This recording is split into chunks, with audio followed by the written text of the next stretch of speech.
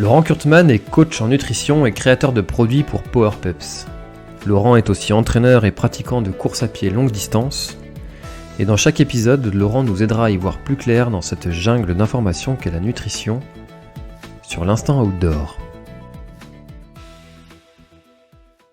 Bon, alors aujourd'hui, nouvel enregistrement avec Laurent et on va parler d'un sujet un petit peu plus léger mais qui nous concerne absolument tous. Comment vas-tu, Laurent ? Eh ben, ça va, François. Un bon gros rhume, donc mes excuses auparavant, par avance aux personnes qui écoutent si je me mets à tousser ou un truc comme ça. Donc, mais bon, C'est sinon vrai ça que va. c'est vrai que ça s'entend un petit peu à ta voix que tu as le Eh, nez un petit peu pris. c'est exactement ça. Donc, mais bon, ça va. Je vais rester clair, bien articulé et tout va bien se passer. Bon, eh ben écoute, en te souhaitant une bonne récupération, Merci. de retrouver très très vite la santé parce que justement les fêtes de fin d'année vont approcher à grands pas et aujourd'hui on va parler Ouh. justement de tous les sujets qui concernent l'alimentation pendant les fêtes. On a une tendance à faire quelques petits excès. Pour ne rien te cacher, moi, c'est une période qui est vraiment très, très active parce que j'ai aussi mon anniversaire qui est dans cette période-là. Je suis né le 21 Oh, décembre. c'est pas de bol quand même, ça va. Ah, il y a les anniversaires quand on était petit, ça devait être terrible, quoi. Juste avant Noël. Exactement, il y avait intérêt à bien anticiper les cadeaux de Noël, d'anniversaire parce que du coup, d'après, tu n'avais plus rien pendant toute l'année. Mais mes parents ont toujours joué le jeu, donc c'était plutôt cool à ce niveau-là. J'avais souvent des plus gros cadeaux aussi. Ouais, bon, tant mieux. Alors du coup, les fêtes, consommation d'alcool un petit peu plus importante, souvent. La nutrition, forcément aussi, qui est un petit peu plus Aléatoire. importante. Euh, Ouais. comment adapter tout ça? Bah voilà, enfin, t'as tout dit déjà, on va plus boire et on va plus manger. Là, le constat. Donc, partons de là, le but, ça va être de limiter un peu l'impact de tout ça sur le tour de taille, sur la santé aussi, sur la récupération si on s'entraîne et tout ce genre de choses, quoi. Donc, il n'y a pas vraiment de plan particulier à suivre, il n'y a pas de régime à faire avant, après, tout ça. C'est juste essayer de faire ça raisonnablement. De savoir en profiter aussi parce que c'est quand même important, on va être en famille, les amis, tout ça. Donc pas se mettre une espèce de pression sur je vais prendre 1 kilo ou deux.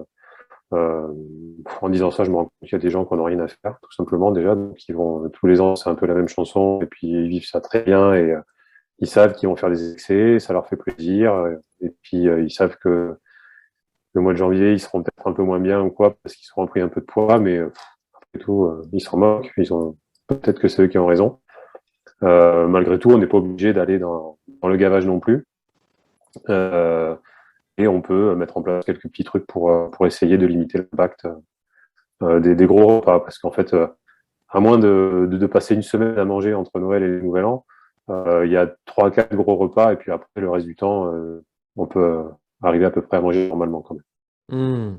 Alors justement, quand tu as fait par exemple un gros repas, souvent tu as le 24 au soir, tu as le 25 au Voilà. midi, tu as peut-être un Et autre après, tu Noël finis les si restes. Ouais. tu fais les restes. Et puis après, tu vas avoir le Nouvel An. C'est Donc ça. ça fait, oui, 4, 5 repas qui vont être peut-être un peu plus conséquents pour la majorité. Mhm. Euh, Est-ce que entre chaque repas, on peut avoir quelques actions qui vont limiter justement cette consommation un peu excessive? Bah, entre les repas, oui, il y a surtout avant, c'est-à-dire, on sait très bien que si on augmente un petit peu sa dépense énergétique, alors clairement, si on va courir, ou des choses comme ça, ou faire du vélo, ou faire un entraînement X ou Y, avant, on va faire un peu de place pour ce qui va venir après. Donc, pour le dire d'une manière toute simple, quoi. On creuse un peu le trou, et puis après, on remplit avec ce qu'on va avoir à table. Donc là, déjà, ça permet d'équilibrer un peu les dépenses et les apports sur les quelques jours qui entourent les gros repas. Voilà, donc, mis à part ça, clairement, si on ne veut pas se prendre la tête et se mettre la pression en termes de je ne vais pas boire ça, je ne vais pas manger ça, c'est la meilleure solution. Hmm. Voilà. Essayez de pas trop forcer sur l'alcool. On peut faire un repas bien arrosé, mais aussi boire de l'eau pendant le repas. À mon sens, c'est plus ça qui peut être un peu préjudiciable, c'est-à-dire trop picoler, parce qu'on met plus de temps à l'éliminer que quelque chose de la nourriture.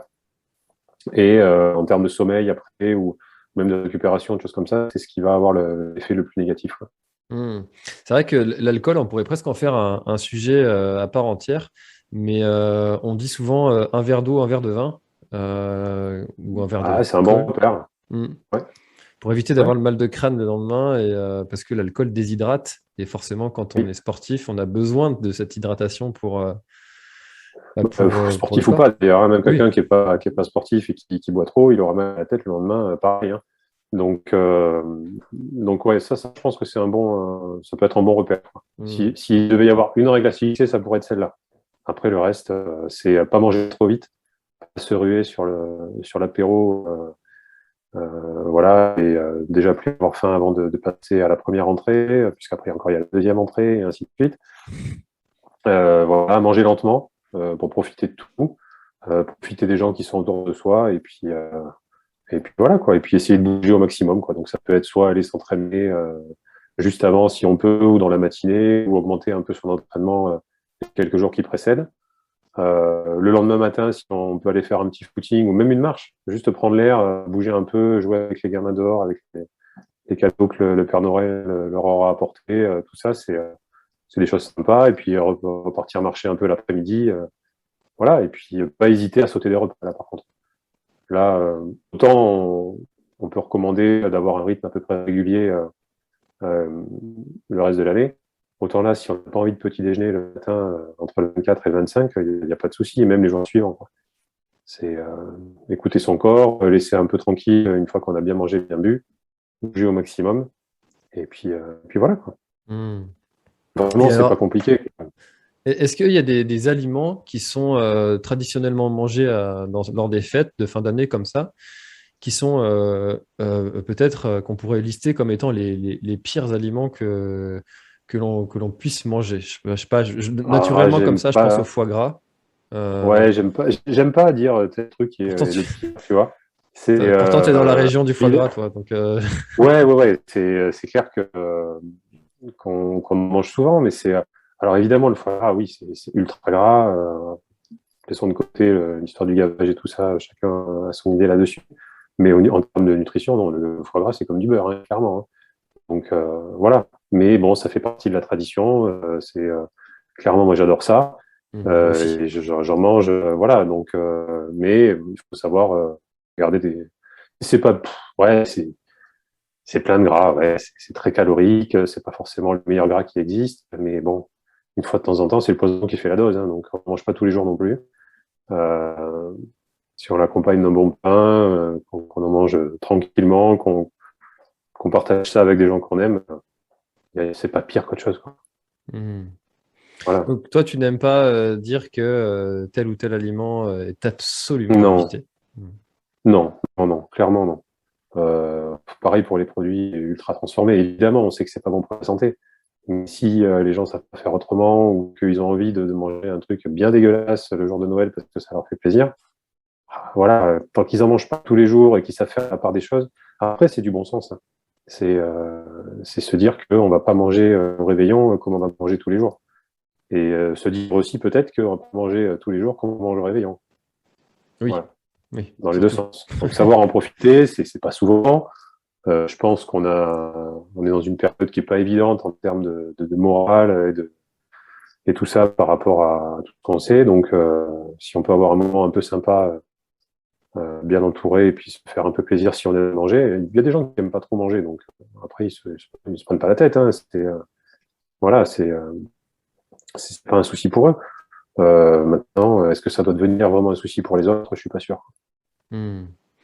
Bon, alors du coup, on ne se stresse pas, tout ira bien, on se fait plaisir et puis on éliminera tout ça une fois que toutes ces fêtes seront passées, si je résume bien. Bah, ouais, on peut commencer à le préparer avant, on peut l'éliminer après. Enfin, désolé pour celles et ceux qui attendent une recette miracle, mais clairement, j'en ai pas proposé à ce niveau-là. C'est vraiment juste s'écouter, pas manger plus que de raison, parce que souvent, moi j'ai toujours préféré les lendemains, parce que oui, la semaine qui suit, parce qu'il y a plein de petits restes différents, tu vois, Mm. et on peut picorer un peu à droite à gauche, plutôt que le gros repas du soir où finalement j'ai rarement plus faim assez rapidement, quoi. Donc, Ouais. se dire que c'est euh, c'est pas si dramatique que ça, et puis c'est de bouger. Souvent, c'est une période où on est en vacances, donc pourquoi pas aller faire des trucs qu'on fait pas d'habitude. Voilà, c'est rien d'extraordinaire, quoi. Bon, eh ben, écoute, en tout cas, je pense que ça va aider tous ceux qui culpabilisent un petit peu à surconsommer nourriture et boissons, à dédramatiser un Ouais, peu je tout sais pas. ça. Voilà, c'est plus les dédramatiser que les aider. Ensuite, faut pas se mentir, hein, c'est si on mange trop tout le temps, et que la semaine entre le Noël et le Nouvel An, ça rentrait une autre semaine où on en mange encore plus, au mois de janvier et tout ça, c'est là où ça va vite dégénérer, quoi. Bien Pareil, sûr. éviter les bonnes résolutions du 1er janvier que vous ne tiendrez pas, quoi. Ça sert à rien de se dire, ah, j'ai trop mangé, demain je me mets en régime. Non, non, non. Reprenez votre vie de tous les jours. Si le reste de l'année, vous êtes bien dans votre peau et que vous arrivez à bien manger, ça va revenir. Vous n'avez pas tout oublié en une semaine. Donc, prenez le temps tranquillement. Ouais, sautez un ou deux petits déj si vraiment vous n'êtes pas bien le matin, voilà, juste pour alléger un peu le tube digestif et laisser le corps se reposer un peu. Et puis, pas de trucs détox, s'il vous plaît, non plus. Ça, c'est n'importe quoi. Les choses, les monodiètes, les trucs comme ça, on en avait déjà parlé, je crois. Oui. Laissez revenir les choses, mangez vos fruits, vos légumes comme vous avez l'habitude de le faire, et puis limiter un peu tout ce qui est un peu pour à digérer, et après, le reste, ça va s'en mettre en ordre de marche. Effectivement, Voilà. c'est vrai qu'on avait parlé aussi de ces méthodes détox qui fleurissent au mois de janvier parce que c'est le moment des bonnes résolutions. Donc, si vous voulez Ouais, vous faire des bonnes résolutions, comme on avait déjà dit aussi une fois, bah, une petite chose qui changera votre quotidien, qui ouais, l'améliorera. Et d'ailleurs, exactement. je tiens Ouais. à préciser que personnellement, depuis notre échange, j'ai ajouté des protéines le matin. Et Et je trouve ça génial. Voilà. super. Donc, tu vois, C'est-à-dire, génial. eh ben, j'aime bien me faire mes petits œufs à la coque le matin. Et donc, ça intrigue mon fils. À chaque fois, il me demande, mais pourquoi tu manges un œuf à la coque? Donc, ça l'a intrigué pendant presque 2 semaines. Tous les matins, il me posait la question. Et au final, tu vois, j'ai pris l'habitude, j'aime bien. Et voilà, c'est ancré maintenant. Ça fait partie Ouais. de mon quotidien. Et du coup, t'as changé un peu des trucs, t'as pris un œuf en plus, ou t'as enlevé un truc, t'as remplacé quelque chose avec ça? Non, j'ai Je fais mon coach, là, désolé. alors, avant, je mangeais clairement, donc c'était du pain blanc avec un café, pain beurre, café, voilà. Et maintenant, c'est pain aux 6 céréales avec du beurre et 2 œufs à la coque. Beurre salé, on est d'accord, hein. On en a Beurre- déjà euh, parlé, mais oui, parce que t'as pas changé, hein. Ouais, ouais, bien l'autre, sûr. c'est de la margarine. Ça n'existe pas. C'est ça. Pardon, ben voilà. Et t'as pas changé que la farine, t'as changé ton pain aussi, et Oui. quelque chose de plus nourrissant. Ouais, donc c'est top, ça. Donc voilà, et quand on parle de faire des petits changements comme ça au fur et à mesure, eh ben, je ne suis pas exclu de cette pratique-là. Et moi aussi, j'ai encore plein de choses à faire. Donc, je ne veux pas passer pour un donneur de leçons. Oui, bah, moi non plus. Loin de là, je suis pas parfait. Mais par contre, ça Et- marche vraiment, ce côté de faire une petite chose sans vouloir révolutionner quand même son quotidien. Et c'était ce message-là que je voulais passer par rapport au Ouais, Nouvel An. bah, c'est exactement ça. Il y a un petit truc aussi que je voulais dire par rapport à préparer les fêtes, là. Ce qui est mortel, c'est les chocolats partout au travail, quoi. Quand il y Ah a oui. une pièce commune, alors là, ça c'est bon, ça dépend forcément de ce que font les gens comme boulot, mais souvent là, il y a plein de trucs qui traînent avant. Après aussi, il y a la galette des rois qui arrive. Enfin, bref, c'est plutôt que de psychoter sur le Nouvel An et Noël. Je pense que c'est là où il faut faire peut-être un peu gaffe, parce qu'on a vite fait de manger. Ça va vite, hein, au niveau calorique, là, ces petits trucs là, c'est assez dense, donc on a vite fait de prendre quelques centaines de grammes, ou voire quelques kilos, sans trop y faire gaffe, quoi. Donc ça, c'est à voir avec les collègues, si vous pouvez vous en passer un peu ou le limiter juste au café après manger, quoi, mais qu'il n'y ait pas un truc qui traîne à disposition, parce que forcément, c'est appétissant, quoi. Voilà. Et ça peut vite chiffrer, quoi.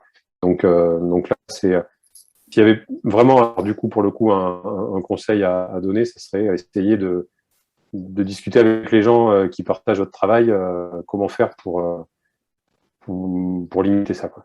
Voilà. Mettez des clémentines à la place, c'est très bien. Ah, c'est très bien. J'adore ça. Voilà, c'est la saison en plus, mais par contre, des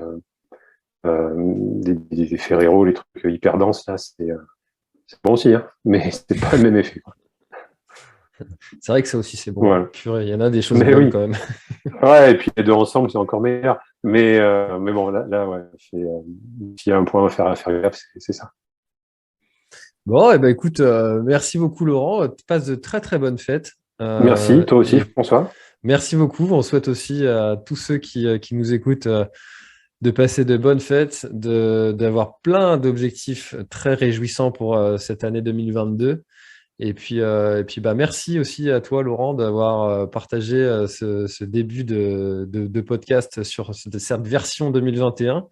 Écoute, moi, je tiens à te féliciter de ce que tu as fait parce que j'ai écouté d'autres podcasts avec d'autres invités et j'ai vraiment trouvé ça super bien. Donc, longue vie à la planète Trail et puis voilà, quoi. Bah, écoute, merci beaucoup. Et puis, bah, écoute, on se retrouve tous les deux pour un nouvel échange en 2022 et comme on dit, à l'année prochaine. À l'année prochaine. Bonne fête à tous. Ciao. Cet épisode est maintenant terminé. Merci de l'avoir écouté jusqu'au bout. Et si vous êtes encore là, c'est sûrement qu'il vous a plu. Alors n'hésitez pas à le faire savoir autour de vous. C'est la meilleure façon de faire connaître le podcast L'Instinct Outdoor. Parlez-en, partagez les épisodes. Merci beaucoup pour votre fidélité et à très très bientôt dans un prochain épisode.